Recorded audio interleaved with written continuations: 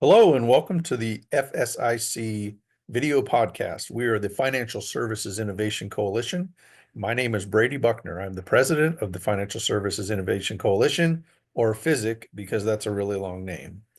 FSIC is an economic empowerment platform that conducts research, runs program workshops in low-income communities, and then helps educate them on how to advocate for better access to the modern economy.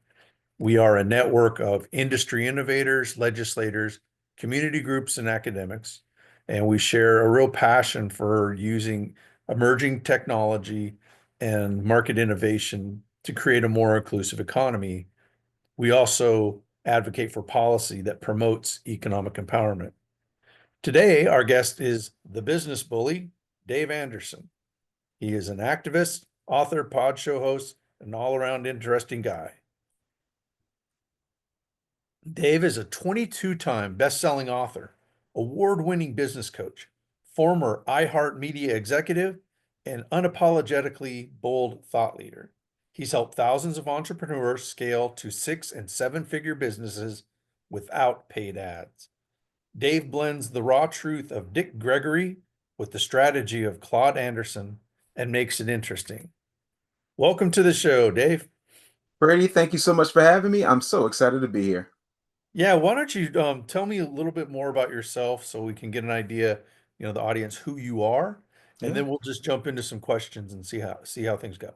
Sure. No, I started my career in radio in 1987 at the age of 9, and I just have loved being in front of people. I grew up as a performer, and I love my people. I did not come into this world with a silver spoon in my mouth. My mother was a teacher, my father was a cop. Um, I just love people. And one thing that I learned at a very early age, one of the best ways to achieve freedom was through growth and entrepreneurship and educating yourself outside of the school system. And so for me, it was um, a natural transition for me to uh, focus on entrepreneurship and growth. And, I wrote 23 books, 22 of which have been bestsellers. Thank you, God. And I'm always here to help folks challenge ideas, buck authority, step on lines habitually, entertain folks while destroying them all at the same time. But I love you. So that brings up a good point is that your book is very, very direct Hmm. as you are as a Yeah. person. You're confident in the message that you're giving, and the book really shows that. And do you think that people want to hear it that way? Because in my experience, it can, give them a little bit of heartburn, especially when you tell them things that are wrong that are actually true when you hit close to home. So Yeah. how do you deal with that when you talk to people about these issues? Oh, sorry, stupid damn Chat GPT or Siri's always listening to my conversations. I think it's funny that we worry so much about how, for me, it's more about I'm not really here to be tone policed. It's not a thing for me. If you don't like what I say, then prove me wrong. Just make sure you're bringing facts and data and research. And what I see happening a lot of times is people just have an opinion or a feeling that they got on television and don't really understand the work that goes into things. So I've never put myself in a position where I'm like, oh, I wonder if I just say it this way, that maybe they'll come around. No, like people have been talked to sweetly the whole time. I mean, they were talking to us sweetly when they were giving us free healthcare called the Tuskegee experiment. They always talk to us sweetly, and we still continue to get the short end of the stick. So for me, I don't really care about tone. I care about making sure the message is true. And sometimes the message can't be sweet. Sometimes it's got to be, hey, you know what? It's not so much that everybody in your family, has diabetes because it just runs in your family. Everybody in your family has diabetes because nobody in your family runs. Like at some point, Iyanla Van Zant famously said, you got to call a thing a thing. And I've gotten really good at calling things things. And if somebody's got a problem with my tone, my whole thing is, why do I have to be the one calling it out? So I don't really Right, right, worry about that. Somebody, if you got heartburn, listen, Tums is available at every single CVS, Rite Aid, Dwayne Reed, Walgreens, Walmart, and Target. Pop a Tums and get over it, or plop, plop, fizz, fizz. Boy, what a relief it is. Get right. yourself some Alka-Seltzer. That's one thing I love about you is that in our business, we work with elected officials, and we, not you, have to be careful about how we tell them things, but you don't have to. And that's why I love having you in the FSIC network, is because you're you're that different voice, that voice that's, speaks with power and doesn't cut, or cuts right through some of the BS that we have to do when we're trying to communicate people without hurting their feelings. Mhm. So after reading your book, you kind of bring up this idea that voting 90% Democrat has failed Black America, and that's something that we've been saying. Right now, we're hoping that the Democrats will hold the line and not give in to the Republicans, because Mhm. we can't have all these people losing healthcare. There's already going to be a lot, but voting 90% Democrat has not been good. No. Tell For, me, tell for me about why you think that. well, for 60 years we've been getting nothing but promises and no real solutions, but again, these folks keep getting rich and they keep thinking that we're just supposed to be okay with it, and unfortunately, those of us with two connected brain cells are just not, and I want to make sure that folks understand that this isn't just, oh, let's go to the other side. It's, if the ball's in football, we're in football season, Brady. If the ball pops out, what does everybody on the field do? Both sides. They scramble to get the ball. Yeah. If you put the ball in play, all of a sudden everybody's scrambling. But when you're operating as if the ball is not in play and it's a guarantee that you're just going to automatically um, get the touchdown without having to work for it, then that's where the problems come in, as far as I'm concerned. Yeah, we did some research, and to the best of our knowledge, the Democrats haven't introduced a tax bill that would save the middle class money. They've done No, some indirect things, but they haven't done anything that's a tax cut for the middle class. no, And when I found that out, I was just shocked. I couldn't believe that the party that's supposed to represent the working people hadn't even tried to do that. well, So I'm with you. I don't really want people to listen to this and go, oh, well, I'm not going to vote Democrat. That's not what we're saying. We're just saying no, that it needs to be, you need to think about it. Um, so yeah. I mean, it's as simple as this: we live in a constitutional republic. We have a representative government.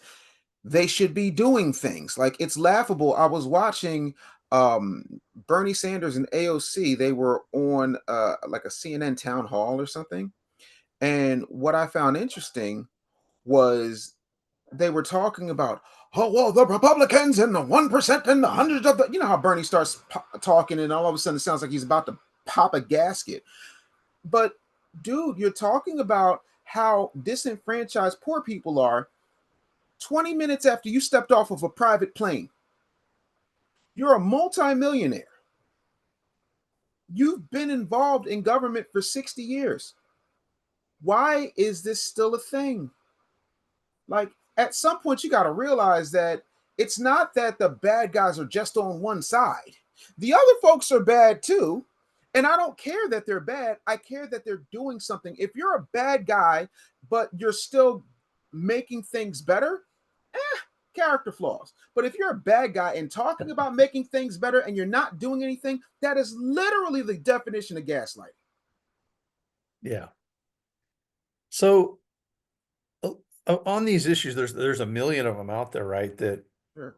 I was wishing that this administration would have dealt with, instead of just a tax cut for the wealthy. What do you think for your generation are the most important issues? Because, well, I guess our generation is about to come into power in a meaningful way as the baby boomers depart, either retiring or pass on. What are the Mm-hmm. most important issues that it's really hard for me to say, oh, the most important issue is this, and I wonder what you think. Brady, that's a great question, and I love it. For me, I think the most important issue is what are we doing? Like, how do we utilize our time, our energy, our effort, and our gifts to make money? We live in arguably the richest country in the world, yet and still our veterans don't have access to health care. We have way too many homeless people. There is a lot of things wrong with social services that have not been fixed yet. And how you treat the least of these is indicative of the character of this country. And you can't say in one breath, we the people of the United States, in order to form a more perfect union, and then turn around, give me you're tired, you're hungry, your huddled masses yearning to breathe free. And we have citizens who don't get access to the things that we're giving illegal immigrants. We have citizens who have education that don't get to use them. We have citizens that feel like they're paying into a system, but not getting anything for their money. So a lot of us feel like it's taxation without representation. And when you hear things like, hey, there's a bill, but in that bill we're teaching Brazilian male prostitutes dance lessons. No, immediately no. Like we need something to show for what's taken out of our paychecks before we even see them. Yeah, I think there's context and everything, but that's a real tough one. It's really hard to square that. Yeah, Um, so I'll go back to your book. sure. You're talking about fatherhood, education, and raising neurodivergent children in a broken system. Yes, Is sir. this the healthcare system, the education system? And tell me a little bit about that.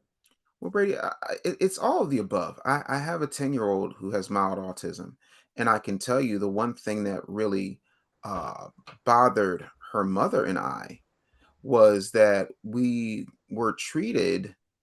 Um, I shouldn't say we were treated. She was treated like a behavior problem as opposed to a neurodivergent child, because a lot of times these teachers do not have the training, the education, or the pedigree to deal with neurodivergent children. And when you factor in what George W. Bush did with No Child Left Behind and what Barack Obama did to expand it, it's all about pushing the kids forward, but not really helping them go higher. And my baby is a great many things, but a behavior problem's not on the list. And so Okay. we made the decision to homeschool her. And I get it. I'm in a privileged position. I can do that.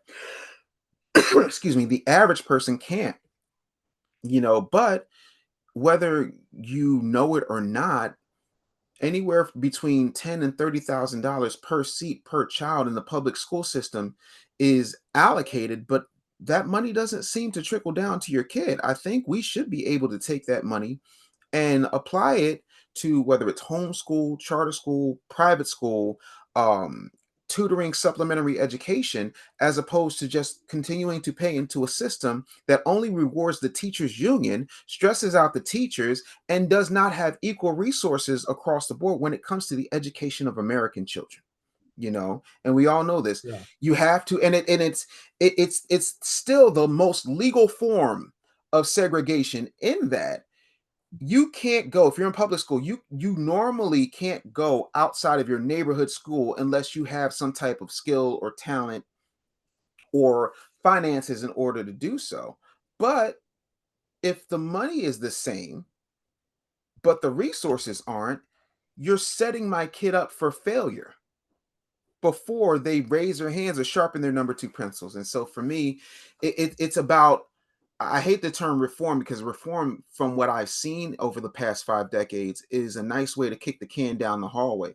What I want is a complete Yeah. restructuring of how we educate our children, if education is truly the goal. If you want to do what Rockefeller said, which is just create a nation of workers, when then we're already home free. Yeah, there was a different movement and one that succeeded for a long time that said we want to have the most educated populace in the world.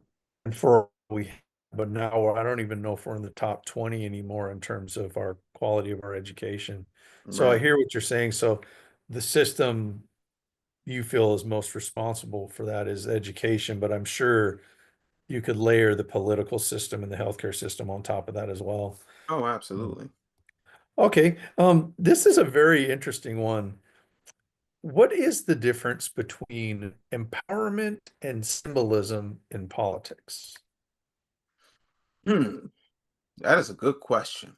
What is the difference between empowerment and symbolism in politics?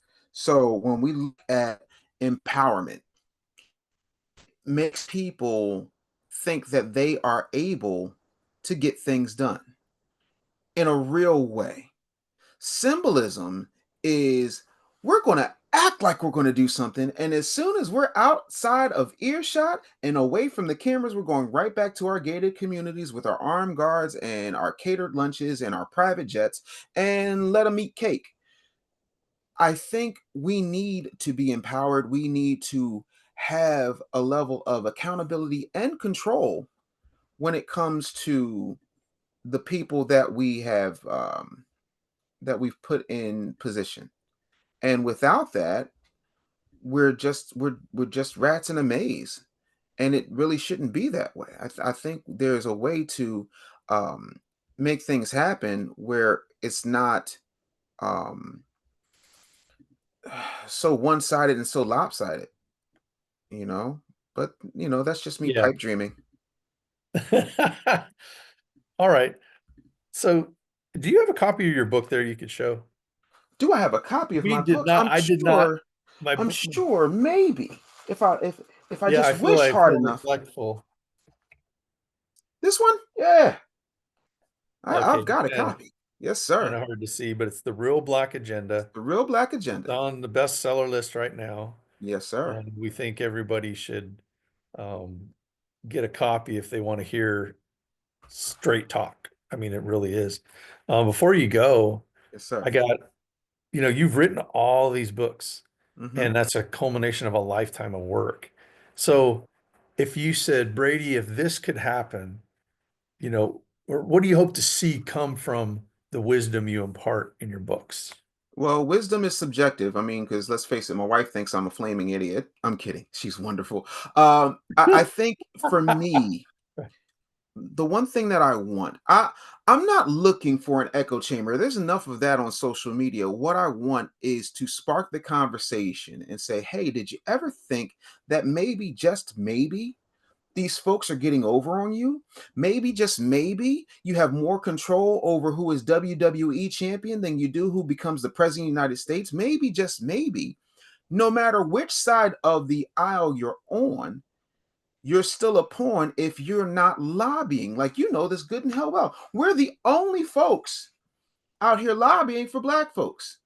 There's an entire congressional Black caucus that is breaking their necks, and they're the only caucus that has that's a special interest caucus that does not specifically say that they're there to help Black people.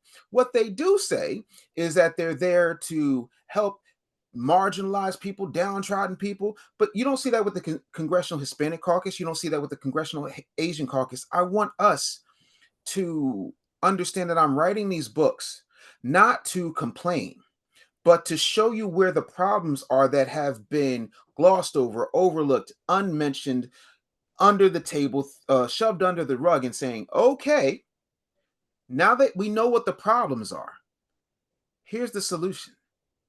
And I think if you read, especially the Real Black Agenda, you will find that I give solution to every single problem I state.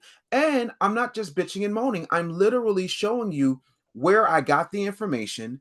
I fact checked it. If I talk about a YouTube video in chapter 11, which is called Receipts and References, I show you where to go in that YouTube video, right down to the timestamp, so that you can hear for yourself what has been said by politicians, by entertainers, so on and so forth. But we've got to start realizing that if the majority of Black America, and I say this out of any other cultural group in the world, especially in these United States, when you look at Little Italy everywhere. There's a Chinatown everywhere. There's a Koreatown everywhere. Black people are in the hood. There's no brother town. There's no black girl Magicville. We're in the hood by and large. Even my dog is agreeing with me. So I want people to go to therealblackagenda.com, order the book. I'll even give you a free audio book if you order a physical copy of the book, and I'll sign it because I want you to get the information. And then once you're equipped with the information, you decide for yourself whether or not I'm crazy. Dave, this is great stuff. I'd like to have you back on to discuss something, in the future that's a more specific issue because I know Sure. that you're very educated on these and we need to hear from you more often. So, Wow. any final parting thoughts? I think the best way that we get there is together. And I think we can do that if we understand that our way isn't the only way, but we Right. got to have conversations as opposed to saying, "Oh, these people are bad," or "These people are." Everybody's the bad guy in somebody's story. Now that we've gotten past that, let's work together to fix this problem. You work with a boss you don't like every damn day. Why can't you work with people who look like you and or care about making your situation better, regardless of where they are on the side of the aisle, regardless of who they choose to love, regardless of their skin tone or their hairstyle? We've got to get ourselves to a point where we realize the only way to get there and get through all of this nonsense and crap is together. And once we understand that, there's nothing that can stop us. And I just want to thank you for the time. And I also want to thank everybody at FSIC for what's happening and bringing me in, to be the wild gunsman so that you guys can have complete plausible deniability for my reckless mouth and actions. Okay, well, it's a reckless, plausible deniability, but it's still all right, all right. Well, thank you so much, everyone, for being with us today. And if you're interested in learning more about FSIC and its initiatives, please go to our website at fsicoalition.org. And I'd like to thank all of our FSIC network members for their efforts to promote economic empowerment and social justice. Thank you for listening today.